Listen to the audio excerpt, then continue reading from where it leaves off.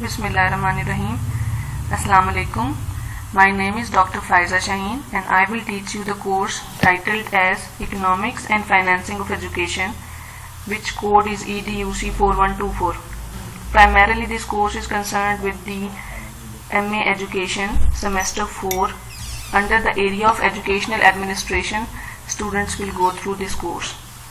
Before beginning the lecture 1, I want to start from giving an overview of the course. So let's start from an overview of the outline of the course. This course is Economics and Financing of Education. These are certain objectives of the course that claim at the end of the course students will be able to be explaining these topics one by one. We will go an overview of the course. This outline comprises on 9 units. Unit 1 is about Introduction to Economics. It tells about the basic definition, need and schools of thought of economics. Then comes Economics of Education. When we relate economics with education, we come up with the definition of educational economics, its needs, nature and scope, economic value of education, that why we and government need to spend on education, and various levels of education on which we need to spend on. Brief overview of investment mechanisms. Basically, we will go through some mechanisms of economics that studies the utility of educational economics. So basic is investment mechanism, under which there are some sub mechanisms. Then we will go through some components, some basic concepts regarding economics of education, which includes human capital theory, efficiency, equity, micro and macroeconomics analysis.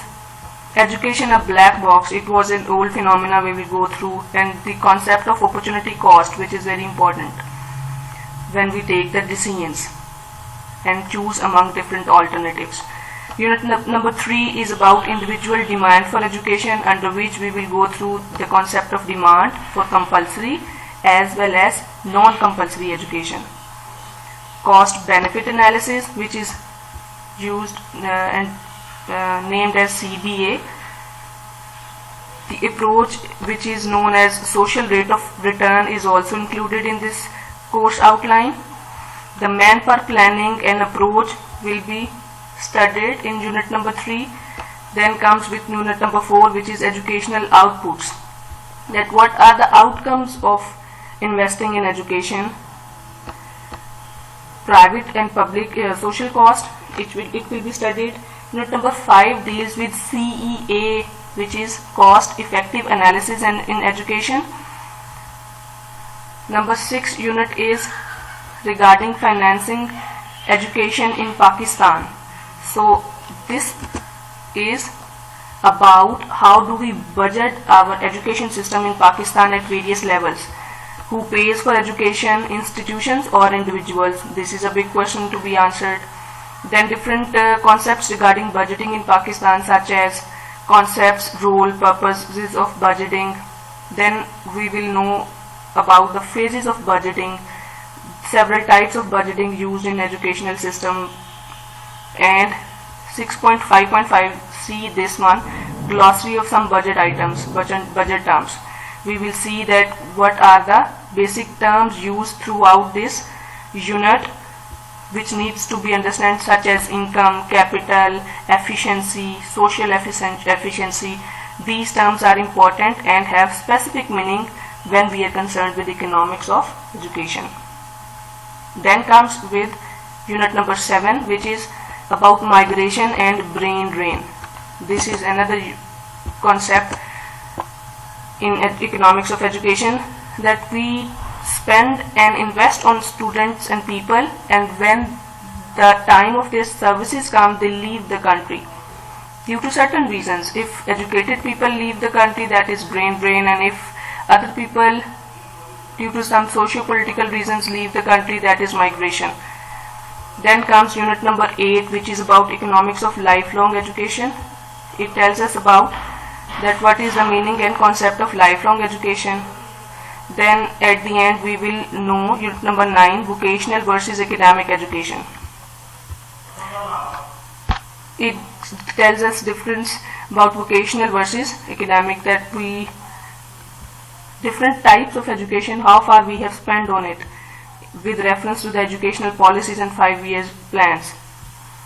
There are certain teaching strategies to be shared here, that teacher will use lecture method, cooperative learning, assignment and presentation method to teach this course.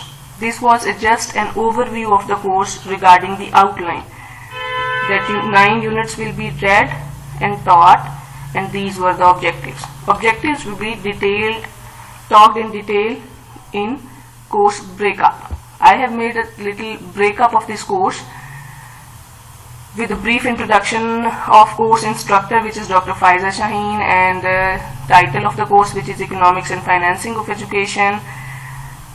And starting from the objectives of the course, it tells that you will be able to define and describe the economics and various theories of economics.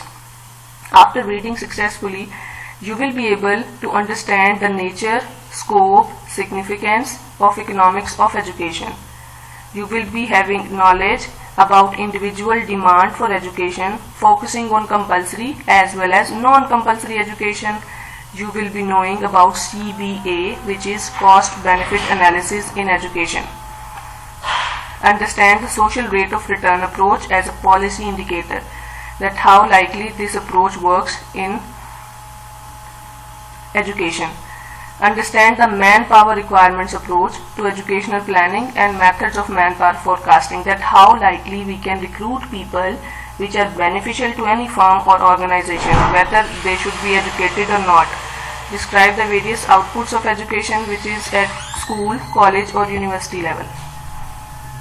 Then comes understand and describe the cost effective analysis, which is called CEA in education, which helps us to choose among different alternative projects to best benefit and meet the educational needs. Understand migration, brain drain, vocational versus academic education in the national context. Then comes some learning outcomes.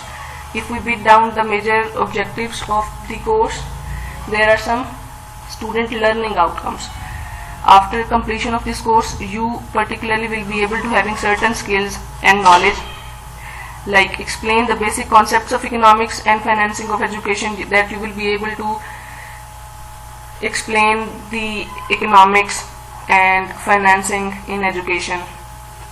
Know the basic approaches of economics to relate with various levels of education, and approaches may likely be using different mechanisms, using different approaches of economics in the education, and distinguish among CBA, CEA, manpower requirement and social rate of return approaches. These are the approaches which are totally based on economic principles and applied in the context of education. Then comes understand the importance of migration and brain drain in the national context. These are the concepts. You will be having an overview of national educational projects in Pakistani context, and comprehend the concept of lifelong education, vocational versus academic education. Understand various approaches to educational economics for implementation, which is the practical part of the course, and having a clarity about budgeting and financing of education with reference to various levels of education in Pakistan. These are the some learning outcomes. You will be having knowledge about this course. Suggested readings. These books have been taken from the outline that are beneficial material for you to search on. At the end of the introduction, I want to show the weekly schedule, that tentatively some of the lectures one by one have been put down into the columns, that how you will go through this course by its major and subtopics. Just as told you earlier, that introduction to the economics, then schools of thought in economics, then economics of education, then there may be some events of the university, midterm and the final term. This is not scheduled yet, but I have made a flow chart that the dates will be written down in it, and I will keep updating this flow chart with your convenience, and it will be uploaded on the Google Classroom later on. So this was about the overview of the course, which is discussed under the outline and the course breakup. So coming to the actual lecture now, we will start from the unit number 1, which agenda says that we will discuss about 4 important things in this lecture. Introduction to economics, definitions of economics, its major modes, which is micro and macroeconomics, need and importance of studying economics, and classical, neoclassical and modern schools of thought in economics. Okay. Definition of the economics. It tells us about, it is the branch of knowledge concerned with the production, consumption and transfer of wealth in the society. It explains the condition of a region or group as regards to material prosperity, that how people spend their money to production, consumption and transfer of wealth, how wealth rotate in the society, and it is a social science that studies how society chooses to allocate its scarce resources. Scarcity means limited resources which have alternative uses to provide goods and services for present and future consumption. Whatever we spend, how likely we have, how many resources, those are scarce. In economic terms, we say resources are always scarce and wants are unlimited. In simple words, we can say that resources are limited and wants are unlimited. A discipline which studies the balance and imbalance between these unlimited wants and limited resources is called the study of economics. Economics seeks to answer important questions about how people, industries and countries can maximize their productivity, create wealth and maintain financial stability. It is such a discipline which studies to improve and maximize the productivity, wealth and stability. And it explains how people interact within the marketplace, their behaviors. Since economics is a driving force of human interaction, studying it reveals that why people and governments behave in particular ways. So study of economics does not only tell us that how do we spend and buy certain things, it also tells us that what is the reason behind human activity, human interaction, why do people depend upon one another for the economic needs and goods, how do they exchange their material goods. There are 2 modes of economics, which is your 1.2, which says microeconomics and macroeconomics. Microeconomics, with the word named micro, it tells us about the individuals and industries, like the dynamics between buyers and sellers, borrowers and lenders. Its focus is narrow, that studies individual consumers. Microeconomics studies individual behaviors, that how individuals spend on their business enterprises. Whereas macroeconomics, it takes a much broader view by analyzing the economic activity of an entire country or the international marketplace. It concentrates on the behavior of aggregate, whereas micro focuses on individuals. It is a narrower perspective, and macro is a broader perspective which focus is on aggregate economy. Next is educational economics. Now we can easily relate economics with education. Once we know the basics of economics, that production, consumption and transfer of wealth is economics, we can relate it with education. So it will become educational economics. It is the study of economic issues relating to education, including the demand for education and financing and provision of education. It is also called economics of education. As a layperson, I can say that the application of economic principles, concepts and laws to the process of education is called educational economics. Whenever the application of economic principles and concepts will be studied, it will be called educational economics.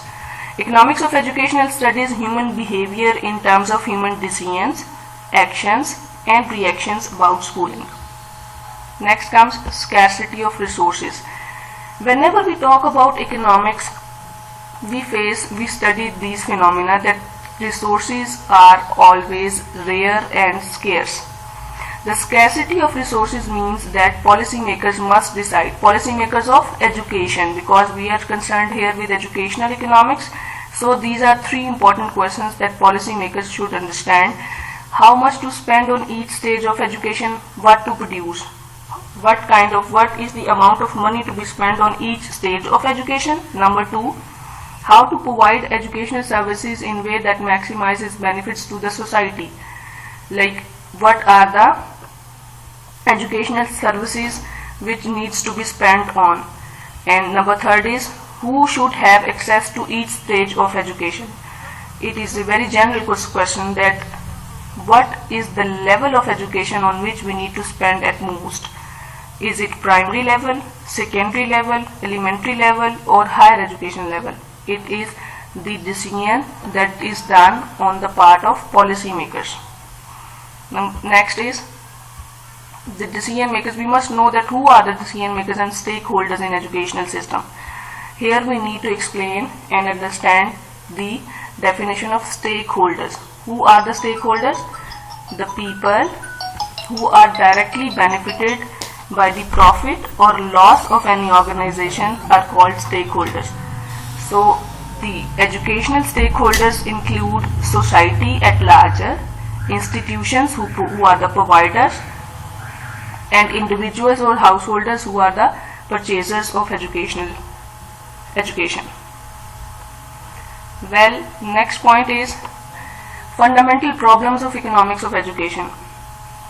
Basically, economics faces the problem of scarcity of resources in all fields, but when we relate economics with education, we see that fundamental problem of economics of education is how the society, institution and the households make use of limited human and material resources they have to best satisfy their unlimited wants for education.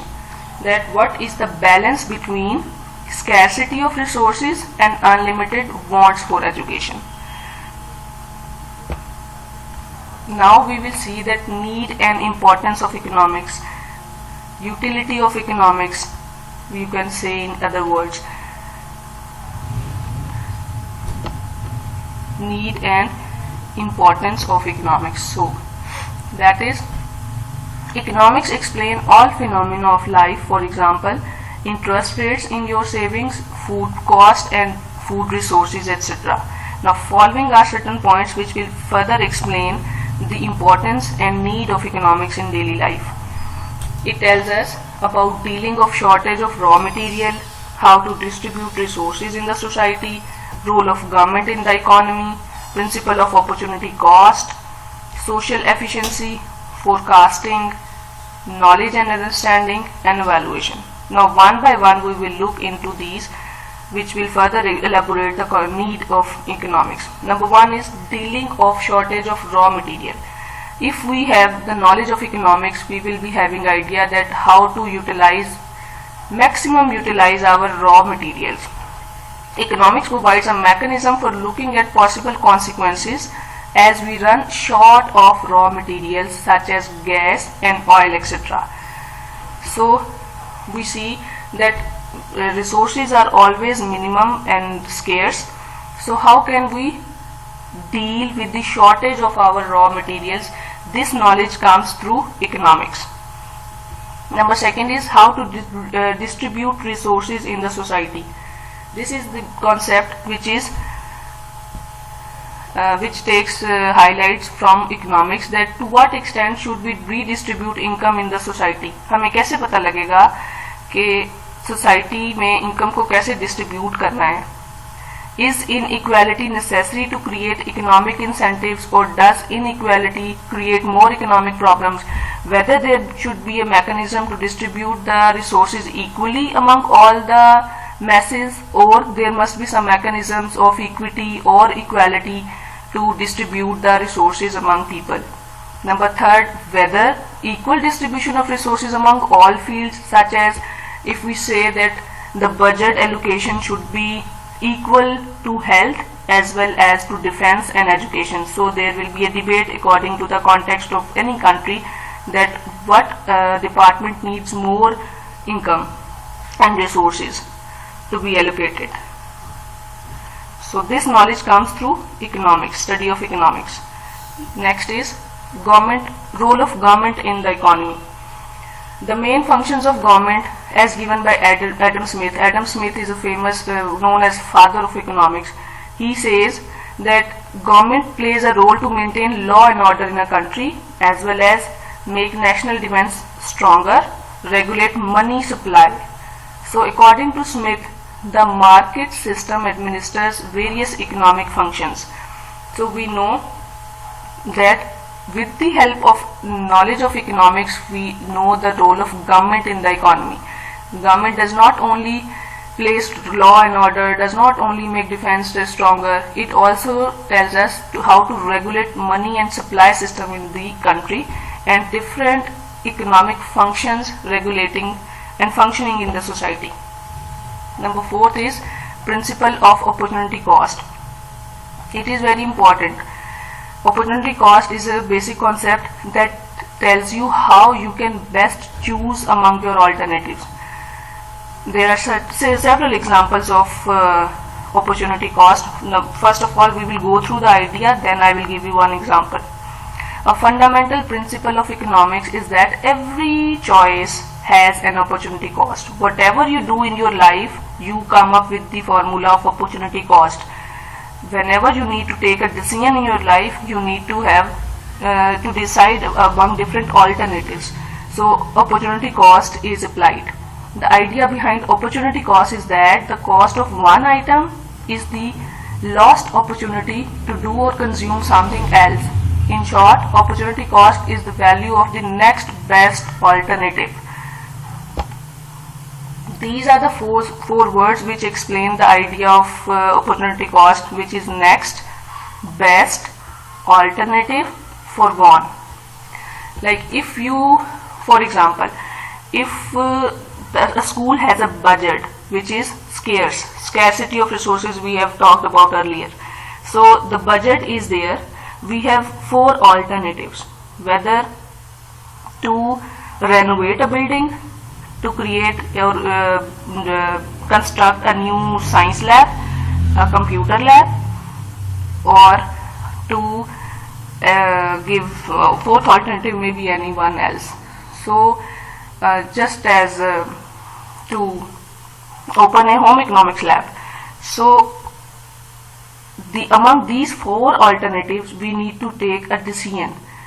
So the foregone alternatives will be explaining the opportunity cost, and the decision is something else.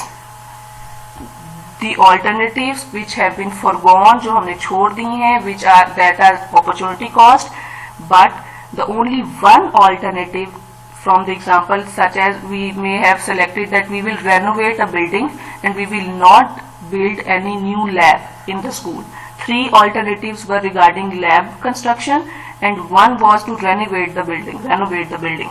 So one alternative which we have taken, that is our decision, and the three which have been foregone, that is explain your concept of opportunity cost. It may have elaborated, and in the chapter 2 you will again go through this concept of opportunity cost. Next is social efficiency. This is the optimal distribution of resources in society. Economics tells us that how marginal social benefits are equal to marginal social cost. whatever you spend is equal to your outcome or benefit.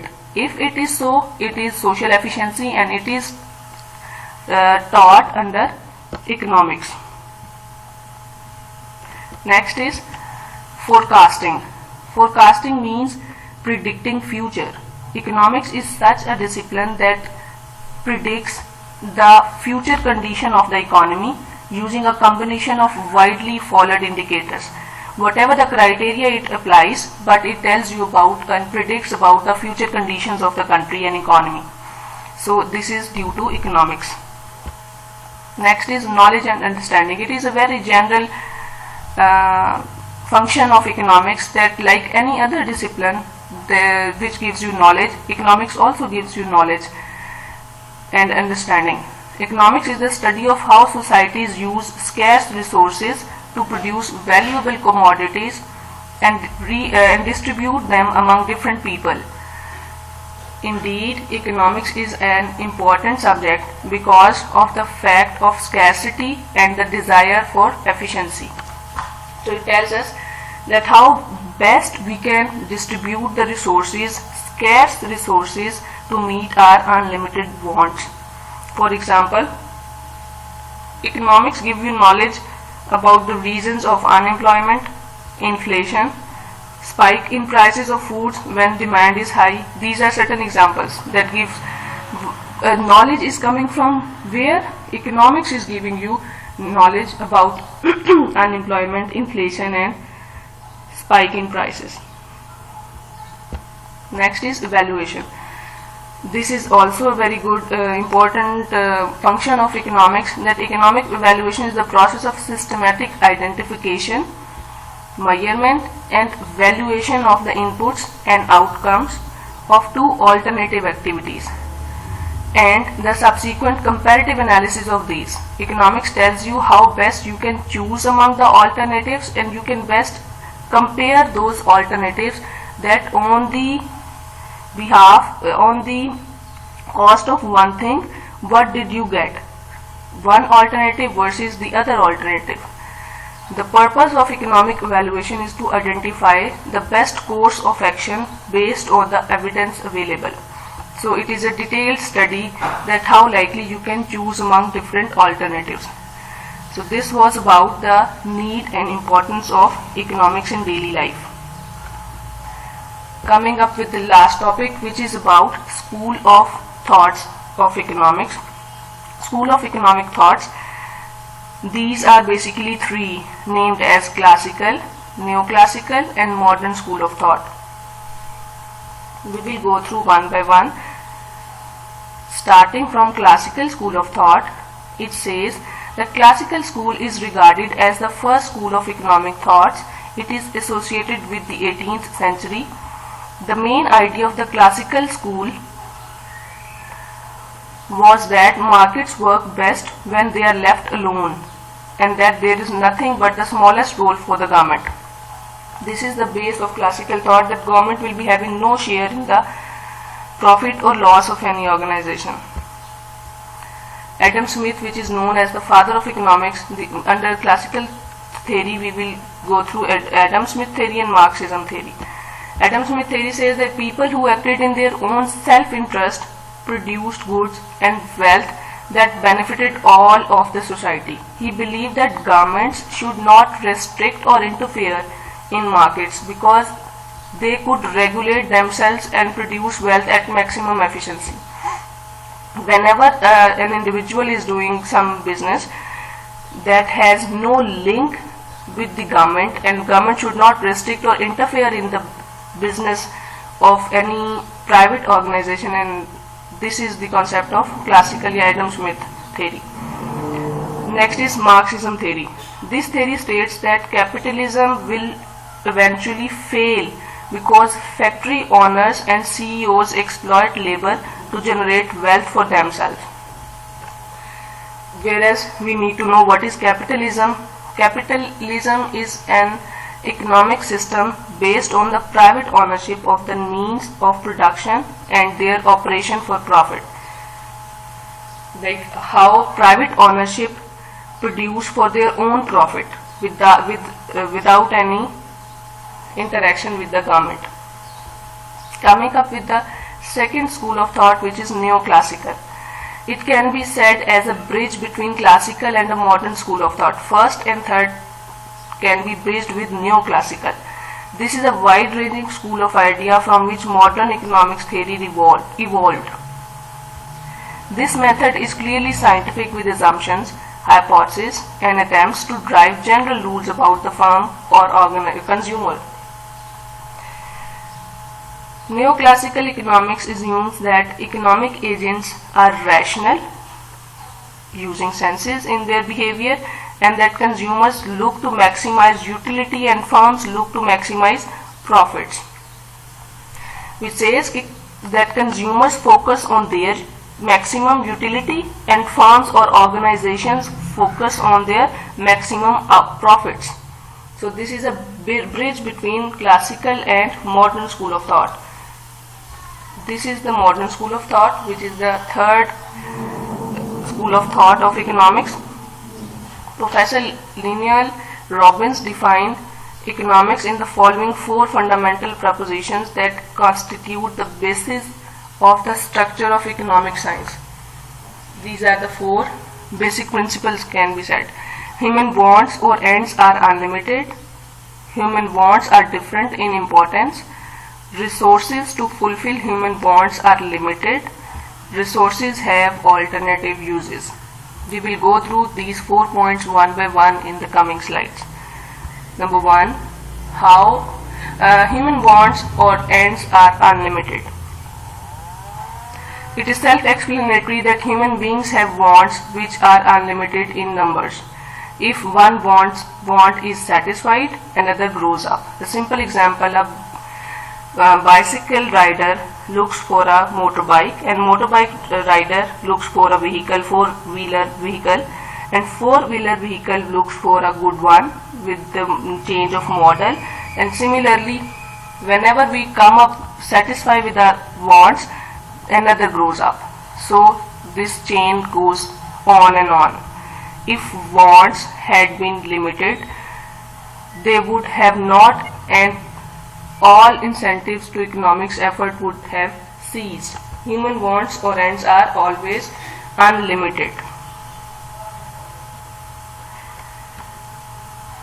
Next is human wants are different in importance. Whenever you have a desire for something, there are so many desires, but those desires are different in importance.